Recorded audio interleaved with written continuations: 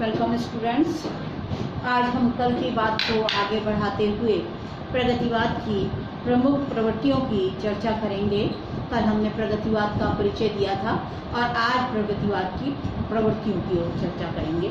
कौन सी ऐसी विशेषताएं थी जो इस धारा को और अन्य धाराओं से अलग करती हैं? कौन सा ऐसी विशेषताएं जो छायावाद के बाद प्रगतिवाद कुछ अलग धारा के रूप में विकसित हुआ और कुछ अलग भावनाएं इस काव्य में देखी जा सकती हैं। तो इसकी पहली विशेषता है रूढ़ि का विरोध। जो प्राचीन जर्जर रूढ़ियाँ थी उनका ये कवि विरोध करता है, जिसमें जो ये ना तो स्वर्ग पर विश्वास करता है, न धर्म पर विश्वास करता है, ना ही परलोक की मान्यता है, ना ही आत्मा की और ईश्वर की सत्ता पर उसे विश्वास है। उसके लिए धर्म जो है एक अफीम का नशा है, जिससे वो प्रारब्ध की सुंदर प्रवंचना से थोड़ी देर के लिए विस्मृत हो जाता है।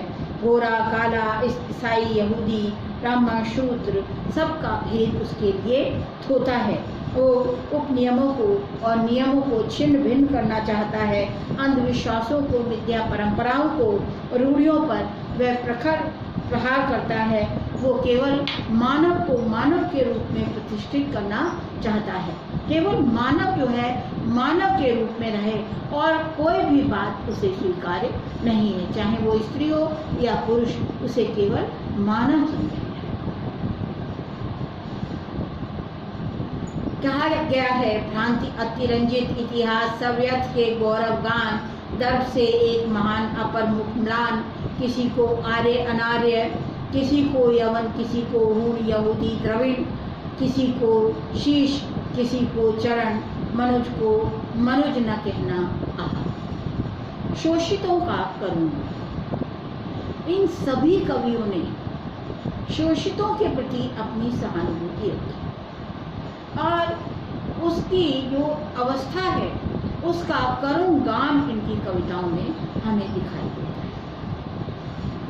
उन्होंने ये महसूस किया कि आज के निर्मम शोषण की चक्की के पाटों में जो मजदूर, किसान, पीड़ित पिस रहे हैं, उनके प्रति प्रगतिवादी कलाकारों की बहुत ही करुण दृष्टि है और उन्होंने कारुणिक चित्रण इनका किया है।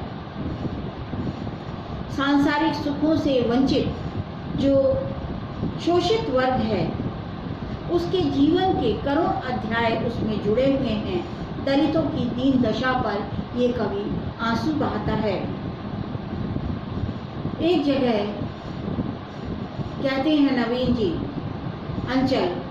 अंचल जी कहते हैं, ये नस्ल जिसे कहते हैं मानव, कीड़ों से गई बीती, बुझ जाती तो आश्चर्य था, हैरत है कैसे जीती। निराला ने बंगाल के अकाल का दुखद चित्रण प्रस्तुत करते हुए कहा है, बाप बेटा बेचता है भूख से बेहाल होकर, धन धीरज प्राण खोकर, हो रही अनरीति बर्बर, सारा राष्ट्र देखता है। एक और जगह भिक्षुक की करुण कथा को उन्होंने इस तरह से वर्णित किया है, वह आता दो टूक कलेजे के करता, पछताता पथ पर आता। इस तरह से ही उन्होंने एक मजदूरने की वेदना को भी अपनी कविता में व्यक्त किया है, जो वह तोड़ती पत्थर के रूप में कविता हमें दिखाई देती है। इलाहाबाद के पथ पर तपती हुई धूप में वो मजदूरनी सारी सुखों को विस्मृत करके किस तरह से पत्थर तोड़कर अपने रोजगार के लिए अपने श्रम को प्रदान कर रही है। और उस गर्मी में जब कोई उच्च घरों के लोग बाहर भी नहीं निकलते, तो ये सब करुण कथा उन्होंने कही। शोषितों के प्रति, शोषकों के प्रति घृणा और रोष। सभी प्रगतिवादी कवियों में शोषक वर्ग के प्रति घृणा और रोष का भाव हमें दिखाई देता है। वो पूंजीवादी व्यवस्था की भर्त्सना करते हैं और वो कहते हैं जब तक ये पूंजीवादी व्यवस्था रहेगी तब तक शोषण का अंत नहीं हो सकता। शोषण का अंत तभी होगा जबकि साम्यवाद की स्थापना हो, और प्रगतिवादी इस जघन्य व्यवस्था को कुचल देने के लिए व्याकुल है। वो इस समाज के चिथड़े कर शोषण पर जो नींव खड़ी है उसको कुचल देना चाहता है। प्रगतिवादी कवि सामाजिक वैषम्य पर अपने वाणी में उसको घोष करता है। श्वानों को मिलता दूध वस्त्र, भूखे बच्चे अकुलाते हैं, माँ की छाती से चिपक जुट जाड़े की रात बिताते हैं। युवती के लज्जा वसन बेग जब ब्याज चुकाए जाते हैं, मालिक तब तेल फुलेलों पर पानी 7 रुपये बहाते हैं। इस तरह से सामाजिक जो ऊंच नीच का भेद है हमारे समाज में, उसको कवि समाप्त करना चाहता है। सभी को जीने का अधिकार देना चाहता है और सभी को समान रूप से जीने का अधिकार देना चाहता है। सामाजिक विशृंखलता का उत्तरदायी वो शोषकों को मानता है। एक जगह पंथ जो है वो शोषकों को ललकारते हुए कहते हैं, दर्पी हठी निरंकुश निर्भय कलुषित कुत्सित गत संस्कृति के गरल लोक जीवन जिनसे मृत जग जीवन है दुरुपयोग है उनका जीना, अब न प्रयोजन उनका अंतिम है उनके क्षण। और सभी कवियों में एक और विशेषता हमें देखने को मिलती है और वो है क्रांति की भावना।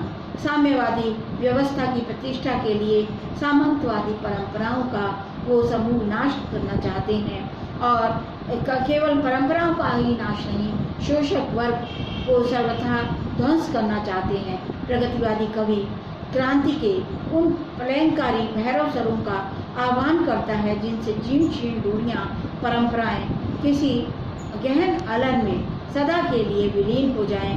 उसे समझौते या हृदय परिवर्तन की नीति पर विश्वास नहीं है। वो फोड़े को मरहम के उपयोग में के अंदर नहीं दबाना चाहता, बल्कि उसे जड़ से उन्मूलन अभिष्ट उसका जड़ से उन्मूलन अभिष्ट है। प्रगतिवादी कवि पूंजीपतियों के गगनचुंबी महलों को भूमिसात देखना चाहता है। कवि एक जगह कहता है, कभी कुछ ऐसी तान सुनाओ जिससे उथल पुथल हो जाए, एक लहर इधर से आए एक लहर उधर से जाए। इसी तरह से पंत भी कहते हैं, आ कोकिल वर्षा पावक कण नष्ट भ्रष्ट हो जीर्ण पुरातन। इसी तरह से बादल राग कविता में भी निराला ने इसी तरह से कुछ भावनाएं व्यक्त की हैं। वो बादलों को इसलिए बरसने के लिए कहते हैं कि ये जो सारे जीर्ण शीर्ण परंपराएं हैं, जो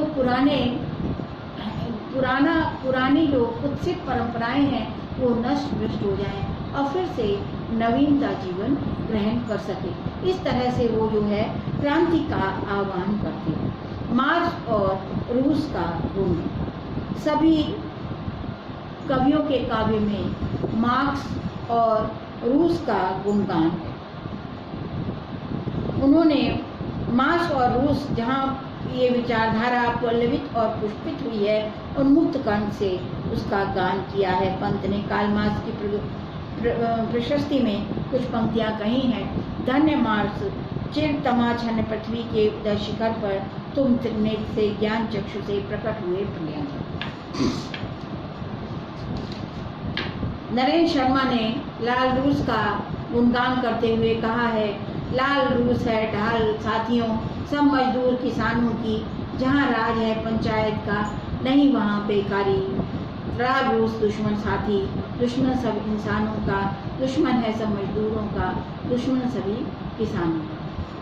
मानवतावाद की प्रतिष्ठा, इन कवियों ने सभी ने मानवतावाद की प्रतिष्ठा की है। मातृभूमि के लिए ये कवि लिखता है, मजदूर, भिखमंगों, किसानों, वेश्याओं, विधवाओं का उद्धार करना चाहता है। ये समूची मानवता का उद्धार करना चाहता है। बड़ी ही विकलता है इसमें मानवता का उद्धार करने की। वेदना और निराशा, छायावाद प्रगतिवाद दोनों में वेदना का चित्रण हुआ है, किंतु प्रगतिवाद की वेदना वैयक्तिक और सामाजिक, जबकि छायावाद की छायावाद में उसका वैयक्तिक रूप अधिक है। प्रगतिवादी संघर्षों से जूझता हुआ निराश नहीं होता, वह सामाजिक, उसे विश्वास है कि वह सामाजिक वैषम्य को दूर करने में सफल होगा। अत्याचार के विरुद्ध मोर्चा लेने के लिए उसकी वाणी हमेशा तैयार रहती है। इस तरह से वो इस पृथ्वी को स्वर्ग बनाना चाहता है, स्वर्ग में जाना नहीं चाहता। इस पृथ्वी को ही स्वर्ग बनाना चाहता है जहाँ वर्ग भेद, शोषण और रूढ़ियों का नामो निशान खत्म हो जाए। नारी चित्रण, इन कवियों के नारी चित्रण में भी पर्याप्त अंतर है। इन्होंने नारी को भी समान अधिकार देने की बात की। उन्होंने कहा कि जो नारी युग युग से शोषण का दंश झेलती आई है, नारी जो है वो पुरुष दासता की लौहमयी श्रृंखलाओं में आबद्ध है। वो अपना स्वतंत्र व्यक्तित्व खो चुकी है, केवल मात्र वह रह गई है तो वासना, पुरुष की वासना तृप्ति का उपकरण।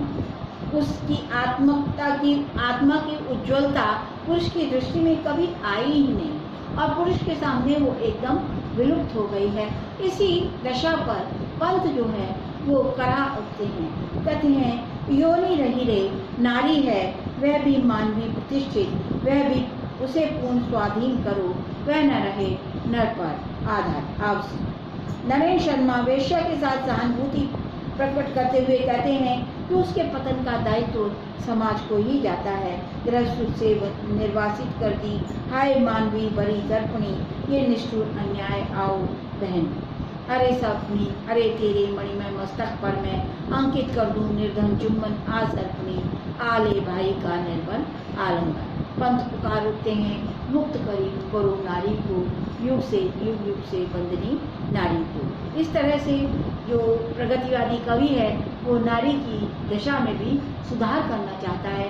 नारी शोषण की तरफ भी उसकी दृष्टि गई है और नारी शोषण को देखकर उसकी आत्मा चीत्कार कर उठी है। सामाजिक और यथार्थ का चित्रण, जो अगली प्रवृत्ति, अगली विशेषता है, इसमें इस कविता में सामाजिक और यथार्थ का चित्रण अधिक होता है। छायावादी कविता कल्पना, प्रेम और सौंदर्य की कविता थी, पर यहाँ यथार्थवादी चित्रण अधिक हुआ है। निम्न वर्ग के जीवन की प्रतिष्ठा हुई है, मध्यम वर्ग और उच्च वर्ग भी प्रतिबिंबित हुआ है।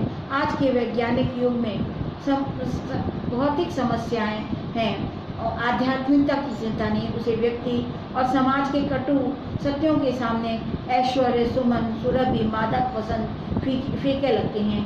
जीवन के अनाचार, भूख की पुकार और पीड़ितों के हाहाकार ने इस युग के कवि को व्यथित बना दिया है।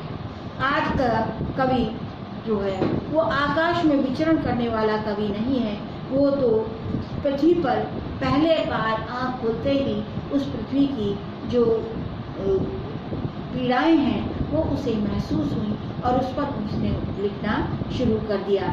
सारी चीज़ों का उन्होंने, पंत ने जो है ताजमहल पर एक लिखी है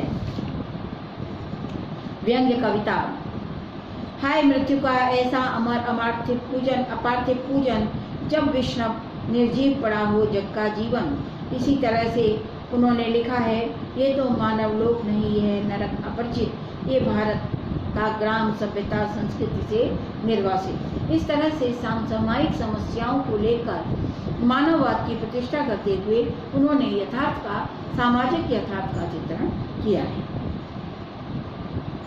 समसामयिक समस्याओं का चित्रण, प्रगतिवादी कवि की दृष्टि देश की समसामयिक समस्याओं की ओर भी पूरी तरह से है, उससे वो अनभिज्ञ नहीं था। हिंदुस्तान पाकिस्तान का विभाजन, कश्मीर समस्या, बंगाल का अकाल, महंगाई, दरिद्रता, बेकारी, चरित्रहीनता आदि पर उन्होंने बड़ी ही मार्मिक कविताएं लिखी। राष्ट्रपिता महात्मा गांधी के दारुण निधन पर प्रगतिवादी कवि लिखता है, बापू मेरे, अनाथ हो गई भारत माता, अब क्या हो। बंगाल के अकाल पर निराला ने जो वेदना अभिव्यक्त की है वो हृदय को दहला देने वाली। राजनीतिक विद्रूपता पे जो रामधारी सिंह दिनकर ने व्यंग लिखे हैं वो भी बहुत ही प्रभावशाली हैं। कहते हैं दिल्ली दिल है देश का, दिल लेकिन बीमार, चाल नसल मत पूछ तू, घोड़े को पहचान। इस तरह से ये सभी समसामयिक समस्याओं पर अपनी दृष्टि रखते हैं और सभी की तरफ इनकी दृष्टि है। और आज की थोथी आज़ादी पर व्यंग कसते हुए नागार्जुन लिखते हैं, कागज की थोथी आज़ादी मिलती है लो दो दो आने में। इस तरह से प्रगतिवादी कवि जो है वो पूरी तरह से ज़मीन से जुड़ा हुआ है, यथार्थ से जुड़ा हुआ है। तत्कालीन कवि की कला संबंधी मान्यता। प्रगतिवादी कवि अनुभूति के संबंध में जितना चिंतित है उतना अभिव्यक्ति के संबंध में चिंतित नहीं। कवि पंत ने पहले ही कह दिया है, तुम वहन कर सको जनमन के विचार, वाणी मेरी चाहिए तुम्हें क्या अलंकार। संघर्षशील कवि को क्रांति की भावना या कलात्मकता में से एक ही को अपनाना था और उन्होंने क्रांति की भावना के प्रचार प्रसार के लिए कलात्मकता का बलिदान कर दिया, क्योंकि इसके बिना वो निम्न वर्ग तक पहुंच ही नहीं सकता था। सबसे पहली जो विशेषता होती है इस कविता की वो होती है सहजता, सरलता और बोधगम्यता। उनकी कविता में किसी भी प्रकार का आडंबर नहीं है। छायावाद की संस्कृतमयी पदावली, कृष्ण प्रतीकात्मकता, लाक्षणिक योजना के विरुद्ध है। प्रगतिवादी कवि की भाषा भाव की अनुसारणी है, सरल सुबोध भाव विजन में सक्षम है। छंद के क्षेत्र में इन लोगों का दृष्टिकोण बड़ा ही उदार है। मुक्तक और अतुकांत छंदों की उन्होंने रचना की है, साथ साथ गीतों और प्रगीतों की भी उन्होंने रचना की है। संगीत की मात्रा इनमें बहुत ज़्यादा अधिक नहीं आई है और जो पारंपरिक रूढ़ उपमान थे उन्होंने परित्याग कर दिया है। नवीन रूपक उपमा प्रतीक प्रस्तुत किए हैं। छायावादी काव्य की भाषा में पहले कर्कशता और खुरदरापन था, किंतु शनै शनै उसमें भी कोमलता का प्रसार होता गया।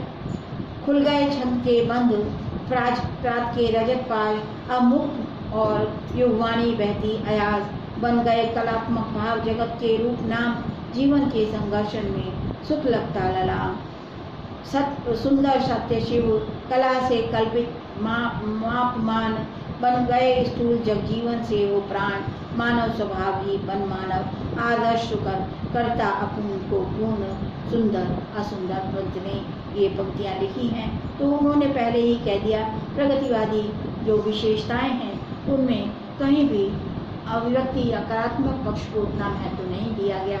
उनकी नज़र तो जमीन से जुड़ी हुई समस्याओं की ओर ही अधिक रही है और जिनकी समस्याओं का वे चित्रण कर रहे थे, कविता को उन्हें उनके पास तक पहुंचाना था, इसीलिए उनकी कविता बोधगम्य होना आवश्यक थी। इन कविता में बहुत सी न्यूनताएं भी निकाली गई हैं जिसका हम जिक्र कर देंगे और कहा है कि जीवन के विविध पक्षों पर इसमें दृष्टिपात नहीं किया गया।